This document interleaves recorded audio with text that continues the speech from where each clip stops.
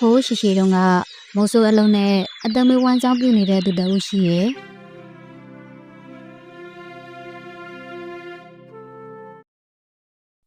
တနေ့ကုန်အမဲလိုက်နေရတာတောင်မှငှက်တကောင်ဝေးရခဲ့တယ်ဒီငှက်ကိုလည်းဘသူကမှဝယ်မှာမဟုတ်ဘူးမကြခင်ညက်နေဆောင်တော့မယ်ပြန်ဖို့လည်းချိန်ရောက်နေပြီ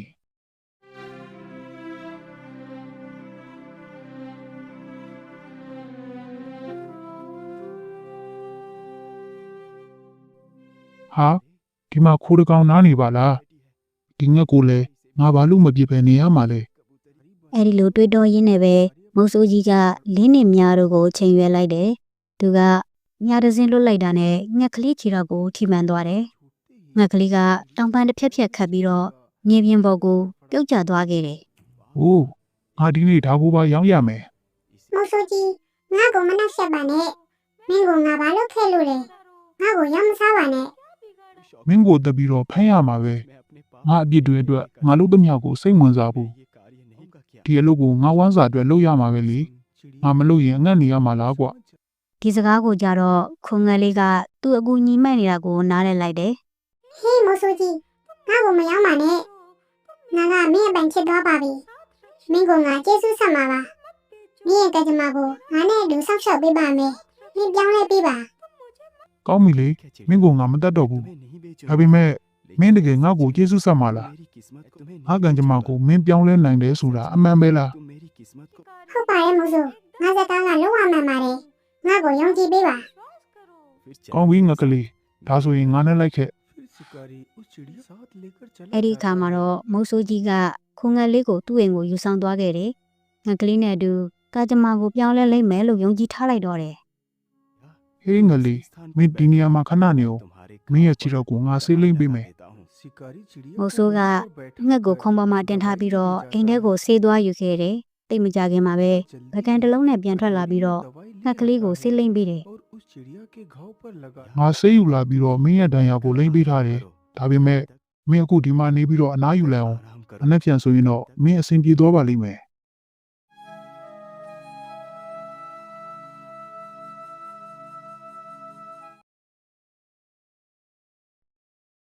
အိုးငါကလေးမင်းတက်တာသွားပြီလားဟုတ်ပြီအခုမင်းဒီမှာနေကြအောင်ငါသားကောင်လိုက်ရှာအောင်မယ် ဟင်းမိုးဆိုးတားကောင်မရှာပါနဲ့မင်းကမိုးဆိုးမဟုတ်တော့ဘူးတားကောင်မရှာရင်မင်းကန်ကောင်းမှုတွေရောက်လာမှာပါ ငါမလုပ်ရင်ပတ်စံဘက်ကရမှာလေ ငါပြောခဲ့တာတွေကိုမင်းမေ့သွားတယ်နဲ့တူတယ်မင်းရဲ့ကကြမ္မာကိုငါပြောင်းလဲပြစ်မယ်လို့ပြောထားတယ်လေ မင်းပြောတော့ကိုမှတ်မိပေမဲ့ငါဘာလုပ်ရမှာလဲ မင်းစီးရဲကိုသွားပြီးတော့တုံးဝဲတောက်ဝယ်ပါ ဒါပေမဲ့ငါမှငွေတစ်ပြားပဲရှိရဲ့ အဲ့ဒီကနေတုံးဝဲဘယ်လောက်ရနိုင်လဲငွေတစ်ပြားသုံးပြီးတော့မင်းရှာနေတဲ့လောက်တုံးဝဲတွေကိုဝယ်လာခဲ့ပါ ဟုတ်ပြီငါကလေးငါသုံးဝဲသွားဝယ်လာအောင်မယ် မုတ်ဆိုးကြီးလည်းအိမ်အပြင်ကိုထွက်သွားခဲ့တယ်အချိန်တော်ကြာပြီးတဲ့နောက်မှာသူကသူ့မွေးလုံးလေးလုံးကိုဝယ်လာခဲ့တယ် ငါကလေးရေငါပြန်လာပြီကွာဒီမှာသုံးဝဲတွေလည်းပါလာတယ် ဒီတုံးဝဲတွေကိုဒီမှာတင်ထားလိုက်ပါညကြရင်ဒီတုံးဝဲတွေကိုငါသုံးပြမယ်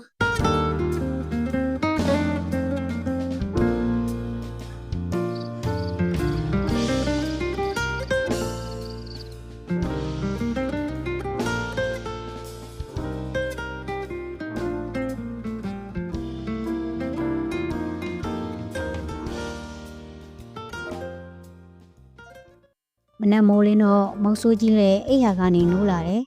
အဲဒီနောက်တော့သူ့ရှိမှရှိတဲ့စပွဲပေါ်မှာအလွန်လှပတဲ့တော်ဝင်ဝစ်စုံကိုတွေ့လိုက်ရတယ် ဟာအရန်လာတဲ့တော်ဝင်ဝစ်ဆောင်ပါလားဘသူလာထားသွားတာလဲဒီမှာဘသူမှလည်းမရှိပါဘူးဟေးငါကလေးဒီဝစ်ဆောင်ကိုမင်းဖန်တီးလိုက်တာလား မဆိုးကြီးဒီဝစ်စုံကိုအရန်မအံ့ဩပါနဲ့ဒီဝစ်စုံကိုငါလုပ်ခဲ့တာပါ မင်းလုပ်ခဲ့တယ်ဟုတ်လားမင်းရဲ့စကားတွေကိုငါယုံကြည်ဖို့ခက်တယ် ငါပြောတာကိုမင်းမယုံနိုင်ဘူးလားငါတကယ်လုပ်ထားတာပါအခုမင်းဒီဝစ်စုံကိုဈေးထဲမှာတွားရောင်းလို့ရတယ်ဒါဆိုရင်မင်းငွေတစ်ပြားရရလိမ့်မယ် မုတ်ဆိုးလည်းဒီစကားကိုကြားကြချင်းတော်ဝင်ဝစ်စုံကိုယူပြီးတော့ဈေးထဲကိုသွားရောက်ခဲ့တယ်ဒါပေမဲ့သူ့စိတ်ထဲမှာမိကွန်းတွေတန်းစီပြီးတော့ထွက်လာခဲ့တယ် အားလုံးပြီးရင်ဒါကဘလို့ဖြစ်သွားမှာလဲငါတကောင်ကဒီလိုလှပတဲ့ဝစ်ဆောင်ကိုဘလို့လို့ဖန်တီးနိုင်မှာလဲတာမန်ငါတကောင်ပဲလို့ငါထင်ခဲ့တာအဲ့ဒီငါကဘလို့ငါမျိုးလဲဆိုတာသိအောင်တော့ငါလုပ်ရမယ် မုတ်ဆိုးက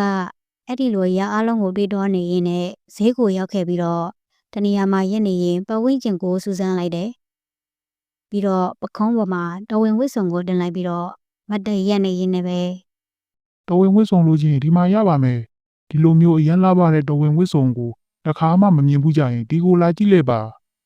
အဲ့ဒီစကားကိုကြားတဲ့ခါမှာတော့လူပေါင်းများစွာကမုတ်ဆိုးစီကိုတွားကြပြီးတော့ဝစ်စုံကိုလာကြည့်ကြတယ်မုတ်ဆိုးကနားမှာလူတွေပတ်ချလဲဝိုင်းနေတာပေါ့ ။အိုးဝစ်ဆုံကရမ်းလာတဲ့ဒီလိုဝစ်ဆုံကိုတစ်ခါမှမမြင်ဘူး ဟုတ်တယ်ဒီလိုလာပါတဲ့ဝစ်စုံကိုမတွေ့ဘူးအကိုဒီဝစ်စုံစီကဘယ်လောက်များလဲဗျအကိုကြီးဒီဝစ်စုံကငွေ20ပါ ။ဟာငွေနေစအောင်လားငွေနေစတော့ကျွန်တော်မှမရှိဘူးဗျ။ဒါပေမဲ့ငွေငါးပြားတော့ကျွန်တော်ဖြစ်အောင်ပေးနိုင်ပါတယ်။ကျွန်တော်ကိုရောက်ပါလားခင်ဗျာ အဲ့ဒီလိုစင်းနဲ့တော့ကျွန်တော်မပေးနိုင်ဘူးဗျ အဲ့ဒီအချိန်မှာပဲလူတစ်ယောက်ကမုတ်ဆိုးအနီးကိုရောက်ရှိလာတယ် အိုးဒီဝစ်စုံကအရန်ကိုဆွဲဆောင်လို့ရှိတယ်ဒီလိုမျိုးတစ်ခါမှမမြင်ဘူးဒီတော်ဝင်ဝစ်စုံကိုငါဝယ်ပြီးတော့ရှင်ပေရစ်စီကိုစောက်တိုက်ရဒါဆိုရင်ဘရင်ကြီးအရန်ကိုပျော်လိုက်မယ်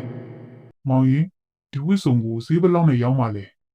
ဦးကြီးခမညာဒီဝစ်စုံရဲ့ဈေးနှုန်းကိုငွေ20နဲ့ပဲရောင်းချပေးတာပါဟုတ်ပြီဒီမှာငွေ20ဒီတော်ဝင်ဝစ်စုံကိုအမြန်ပေးပါ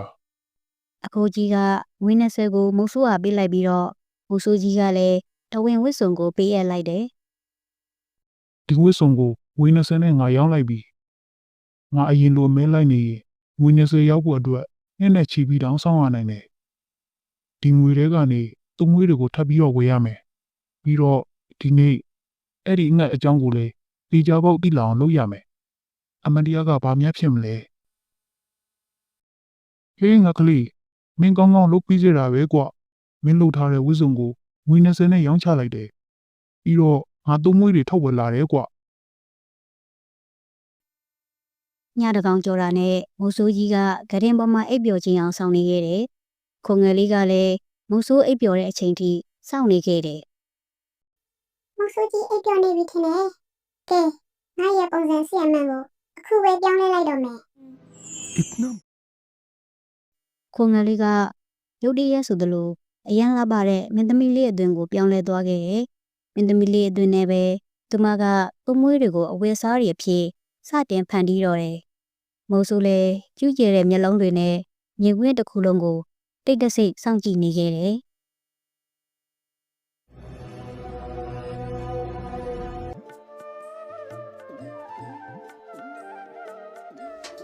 နောက်နေ့မနက်မှာတော့မင်းသမီးလေးကပုံမှန်အတိုင်းခုံငှက်အဖြစ်ပြောင်းလဲနေထိုင်ခဲ့တယ် ။အိုးဒါကြောင့်မင်းအဝတ်စားတွေကိုပိုလပ်ပါအောင်ဖန်တီးနိုင်တာကိုဒီလိုလပ်ပါတဲ့အဝတ်စားကိုဘလို့လုပ်ပြီးတော့တာမန်ငတ်တကောင်ကလက်လန်းမိမှလဲ။ကဲအခုပြောမင်းကဘာတူလဲ။ဘာလို့ခုံငှက်ပုံစံလိုရုပ်ဖြတ်ပြီးတော့နေရတာလဲ။မင်းရဲ့အဖြစ်မှန်ကိုငါသိကျင်တယ်။မင်းဘာတူလဲဆိုတော့ငါ့ကိုပြောပြပါ ငါကခုံငှက်မဟုတ်ပါဘူးကဘာကြီးမျိုးရဲ့မင်းသမီးတစ်ပါးပါလွန်ခဲ့တဲ့နှစ်ပေါင်းများစွာကဒီလိုအဖြစ်အပျက်တွေရှိခဲ့ရင်ငါအဖေရာဂျာဘီယာကဘသူ့ကိုမှဒုက္ခမပေးခဲ့ပေမဲ့ ။ဒါပေမဲ့မိဖုရားကြီးငါဒါကိုမလုပ်နိုင်ဘူး။ငါမှကလေးရှိသည်ဖြစ်စေမရှိသည်ဖြစ်စေငါခရီးမဆိုင်ဘူး။ဖုရားကငါ့ကိုကလေးမရှိစေချင်တာမှန်တယ်။ဒါပေမဲ့ငါနောက်အိမ်တော့မမိနိုင်ဘူး ဒါပေမဲ့ရှစ်မျိုးဆက်ကိုကောက်ွယ်ပေးရအောင်မယ်လေကိုကတ်သက်ချင်နေတာလားမင်းမျိုးမင်းတွေကိုရှစ်ဆက်ပြီးတော့ကောက်ွယ်ဖို့အတွက်စက်ခံသူလိုအပ်တယ်ရှစ်နောင်မှရှိတဲ့ရှစ်ရဲ့နိုင်ငံကိုဘသူအုပ်ချုပ်မှာလဲ ။မိဖုရားကြီးငါတေချောက်ဖို့အပြေရှာမှာပါ။ဒါပေမဲ့ငါနောက်ထပ်လက်ထက်တော့မှမဟုတ်ဘူး။ငါတို့ဒီနေ့တောင်ပေါ်မှာနေထိုင်တဲ့ရသေးကြီးစီကိုသွားရမယ်။သူကငါတို့ကိုတေချောက်ဖို့ကူညီပေးမယ်လို့ငါယုံကြည်တယ် ဘယင်ကြီးလည်းမိဖုရားကိုနဲ့သိပ်ပြီးတော့ယထာလုံးစီးပြီးတောင်ပေါ်ကိုထွက်လာခဲ့ကြတယ်တောင်ကုန်းအစစ်စင်ကိုဖျက်ကျော်လာပြီးတဲ့နောက်မှာတော့ရေသေးကြီးစီကိုရောက်ရှိသွားခဲ့တယ် ။အိုးရသေးကြီးကျွန်တော်အရင်ထူးဆန်းတဲ့ဒုက္ခရောက်နေပါတယ်။အရင်စိတ်ပြည့်နေပြီးတော့ဘာလို့ရမှန်းလဲမသိတော့ဘူး ။ကျွန်တော်ဗာများကူညီပေးရမလဲရှင်မင်းကြီး။လူသဘောတော်အဝကိုကျွန်တော်ကောင်းကောင်းနားလည်ပါတယ် ။ရသေးကြီးခင်ဗျာအားလုံးကိုသိရင်လည်းပြပြပေးလို့ရမလားဗျ ကျွန်တော်ကကလေးမရှိမဖြစ်ယူဖို့အထိရီမန်းထားတာမျိုးမဟုတ်ပေမဲ့တစ်သက်လုံးဒီအတိုင်းပဲကလေးမရှိပဲနေရတော့မှလား စိတ်မပူပါနဲ့ရှင်မင်းကြီးပျော်ရွှင်မှုဆိုတာတေချာပေါက်ရလာမှာပါဒါပေမဲ့ပြဿနာတစ်ခုရှိနေတယ် ဘယ်လိုပြဿနာမျိုးလဲဆိုတာပြောပြပေးပါဦးပြဿနာကိုရှင်းရှင်းလင်းလင်းနဲ့ပြောပြပေးပါ အရှင်မင်းကြီးကသမီးတော်တယောက်ကိုမွေးဖွားပါလိမ့်မယ်ဒါပေမဲ့မင်းသမီးလေးအသက်15နှစ်မပြည့်မချင်းညီကြီးနဲ့ထိတွေ့လို့မရဘူးလမ်းဆောင်ထဲမှာပဲမင်းသမီးလေးကိုထားပါတကယ်လို့သူမကအပြင်ထွက်ချင်ရင်လဲအရှင်မင်းကြီးတို့ကသူမကိုထိန်းချုပ်ထားရမယ်15နှစ်အတွင်းမင်းသမီးလေးကမြေပြင်ပေါ်ခြေချခဲ့တယ်ဆိုရင်ကြီးကြီးမားမားအပြည့်အစုံတွေကြုံလာရလိမ့်မယ် ဘယ်လိုကန်ဆူးတဲ့အဖြစ်အပျက်မျိုးလဲရသေးကြီးကျွန်တော်ဘာမှနားမလည်ဘူး အရှင်မင်းကြီးဒါကိုတော့ကျွန်တော်မပြောနိုင်ဘူးမင်းသမီးလေးကိုရေကြီးပေါ်မှာ15နှစ်လောက်နေလို့မရဘူးဆိုတာကိုပဲကျွန်တော်ပြောပြနိုင်မယ်အဲ့ဒီအချက်ကိုတော့တည်တည်ချာချာသတိရပါ ဟုတ်ပါပြီရသေးကြီးကျွန်တော်နားလည်ပါပြီ တနေ့ကြာပြီးတဲ့အခါမှာတော့မိဖုရားကြီးကအင်မတန်ဆင်းလှပတဲ့သမီးတော်လေးတစ်ဦးကိုဖွားမြင်ခဲ့တယ် အမကြီးပြည်နယ်အနှံ့ကိုစီးတဲ့ဥစ္စာတွေကိုဝေမျှလိုက်ပါဒီနေ့ကငါအတွက်အကြီးမားဆုံးပျော်ရွှင်မှုပဲငါရဲ့သမီးတော်လေးဖွားမြင်တဲ့နေ့ပဲ ။နေ့ရက်တွေတဖြည်းဖြည်းကုန်လွန်လာပြီးတော့နှစ်တွေလည်းကြာညောင်းလာခဲ့တယ်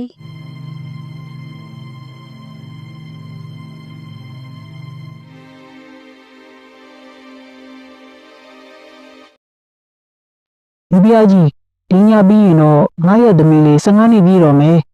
ဒီညကိုဂရုတစိုက်နဲ့အိပ်ပါ ။ဟုတ်တယ်ကျမတို့အတွက်ဒီနေ့ပဲကြံတော့တယ်။အဲ့ဒါပြီးရင်တော့သမီးတော်လေးမြေပြင်ပေါ်ကိုဆင်းနိုင်တော့မယ်။တကောင်ကျော်တဲ့ခါမှာတော့မိဖုရားကြီးနဲ့မင်းသမီးလေးလည်းအိပ်ရာထဲမှာအိမ်မောကြနေခဲ့တယ်။ဒါပေမဲ့မင်းသမီးလေးကအိမ်မက်ဆိုးတွေမြင်မှတ်နေခဲ့တယ်။ရုတ်တရက်သူမကရင်ပေါ်ကနေပြုတ်ကြပြီးတော့ထိတ်လန့်သွားတယ်။အိုးဖျားသခင်ငါမြေပြင်ပေါ်မှာဘာဖြစ်သွားတာလဲ။မေတော်ရေးထားပါအောင်။သမီးတော်မြေပြင်ကိုထိမိသွားတယ်။ဘယ်လိုလုပ်ရမလဲ။မြန်ထားပါအောင်။မင်းသမီးစကားကိုကြတော့မိဖုရားကြီးလည်းနိုးလာခဲ့တယ်။ဟာသမီးဘာလုပ်လိုက်တာလဲ။ဘာဖြစ်လို့ဂရင်ဘောကဆင်းလိုက်တာလဲ။မိဖုရားကြီးပြောဆိုနေရင်းနဲ့ပဲရုတ်တရက်အလင်းတန်းပုံစံတစ်ခုပေါ်ပေါက်လာပြီးတော့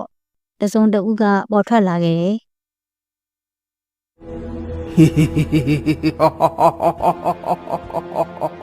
မိဖုရားကြီးငါဘိုက်စာလို့အသားတွေကြည့်ပါဦးမဟုတ်ရင်မင်းသမီးကိုငါစားပြမယ် နတ်ဆိုးကြီးမင်းဒီလိုလုပ်လို့မရဘူးအဲ့ဒီလိုပြောပြီးတာနဲ့မိဖုရားကြီးလည်းမြေပြင်ပေါ်လက်ကျသွားပြီးတတိလစ်သွားခဲ့တယ်ရှင်ကဘလူးတကောင်ပဲကျမကိုမတတ်ပါနဲ့ကျမကိုတနာပါနော် မင်းသမီးလေးကအရန်လာတာပဲငါသူမကိုလိုချင်တယ်သူမသာငါမင်းမဖြစ်သွားရင်ဘယ်တော့ကောင်းမလဲငါမင်းကိုမတတ်ပါဘူးဒါပေမဲ့မင်းငါ့ကိုလက်ထည့်ရမယ်လာငါနဲ့လိုက်ခဲ့ ဘလူးကြီးကမင်းသမီးလေးလက်ကိုဆွဲပြီးတော့အဲ့ဒီနေရာကနေပျောက်ကွယ်သွားခဲ့တယ်သူနေထိုင်တဲ့ကိုကြီးတစ်လုံးစီကိုခေါ်ဆောင်သွားခဲ့တာပေါ့ မင်းသမီးဒါကငါအိမ်ပဲဒီနေ့ကစပြီးတော့မင်းဒီမှာနေရမယ်ငါမင်းကိုလက်ထပ်မယ် အိုးဒီလိုမလုပ်နိုင်ဘူးရှင်ကနတ်ဆိုးကျမကလူသားတစ်ယောက်ပါဒီလိုလုပ်ပြီးတော့ရှင်နဲ့လက်ထပ်လို့ဖြစ်မှာလေ ငါမင်းနဲ့အတူနေချင်တယ်မင်းသမီးမင်းရှင်တန်ကြီးငါ့ကိုလက်ထပ်ရမယ်ကဲ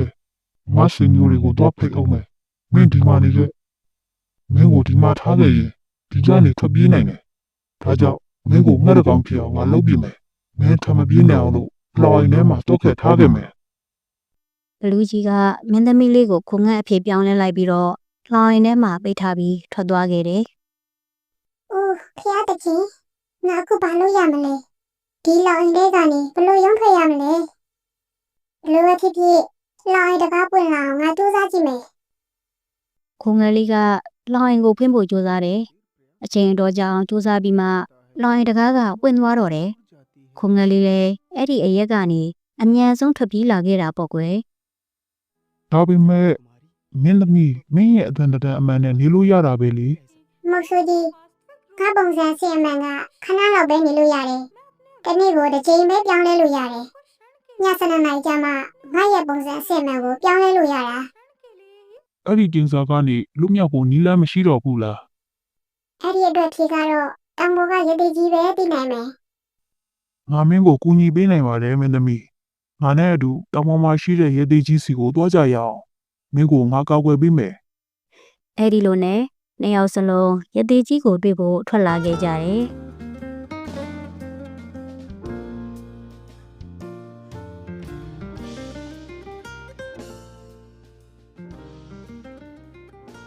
ရဲသေးကြီးကျေးဇူးပြုပြီးတော့ကူညီပေးပါကျွန်တော်တို့မှာအလွန်ကြီးမားတဲ့အကြက်အတက်တစ်ခုရှိနေပါတယ်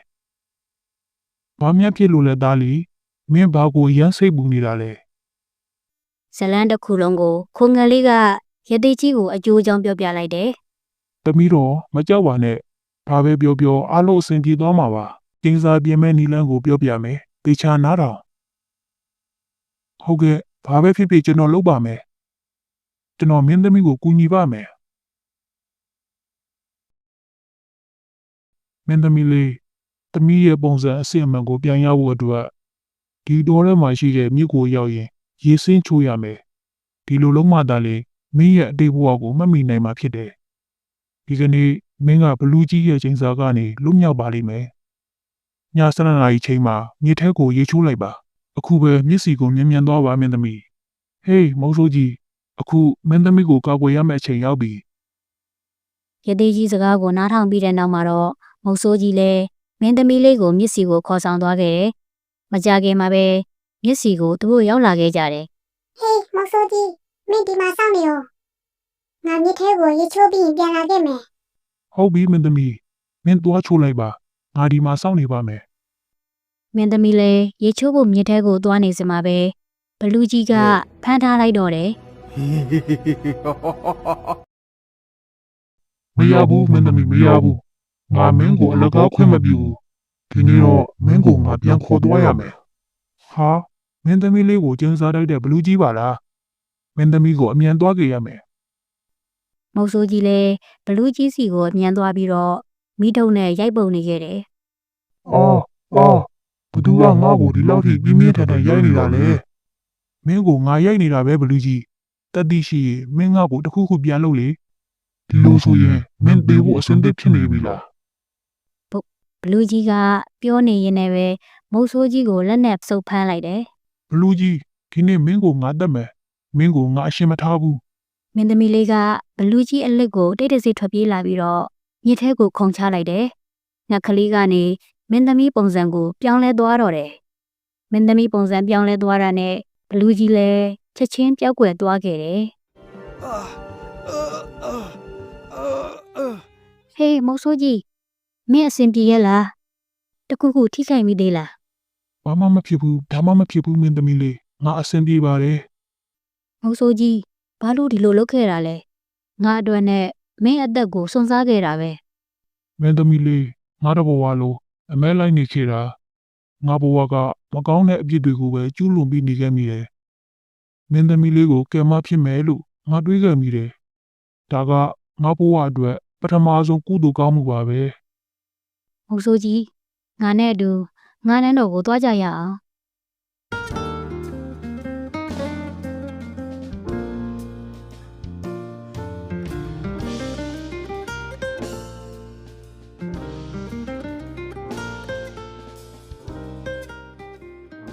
မုံဆိုးကြီးဒီနေ့မင်းကငါသမီးရဲ့အသက်ကိုကယ်တင်ခဲ့တဲ့အတွက်ကျေးဇူးအများကြီးတင်ပါတယ်ဒီကျေးဇူးကိုဘယ်လိုပြဆက်ရမလဲမသိတော့ဘူးအမကြီးရေစိတ်ရွှေရတနာတွေအပြည့်တင်ထားတဲ့ငါးလည်းနဲ့မုံဆိုးကြီးကိုပြန်ဖို့ပေးလိုက်ပါ မင်းသမီးလေးကိုကယ်ပေးခဲ့တဲ့အတွက်မုတ်ဆိုးကြီးကိုလေးလေးစားစားနဲ့ယရနာတွေကိုပေးရဖို့ပြောကြားလိုက်တယ်။ဘယင်ကြီးရဲ့အမိန့်နဲ့ပဲစင်ရှိယရနာပြည့်တင်ထားတဲ့နွားလဲတစ်စီးနဲ့မုတ်ဆိုးကြီးကိုပြန်လွတ်ခဲ့လိုက်တာပေါ့ကွယ်။